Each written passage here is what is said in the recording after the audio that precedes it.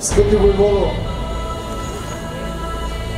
искам специално да ти благодаря от името на ансамбъл Българе и въобще на цялата наша културна организация за това, че и в най-трудните ти моменти винаги си намирал време и сили и средства да ни подкрепиш и да ни помагаш, да идваме не само в Шумен, да представим нашето изкуство, но и просто да съществуваме, защото без нашите партньори и без нашите спонсори ние няма как да съществуваме.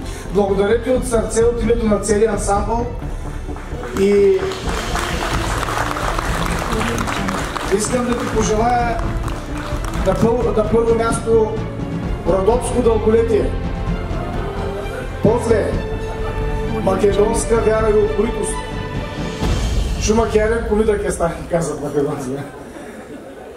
Шопско самочувствие.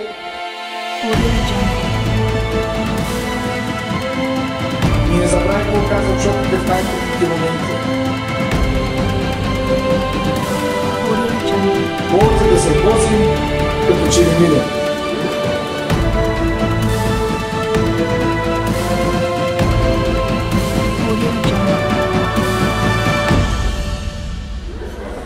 северняшка предприемчивост, каквато ти имаш в изобилие, доброжанско трудолюбие и накрая, но не на последно място, тракийско материално благополучие.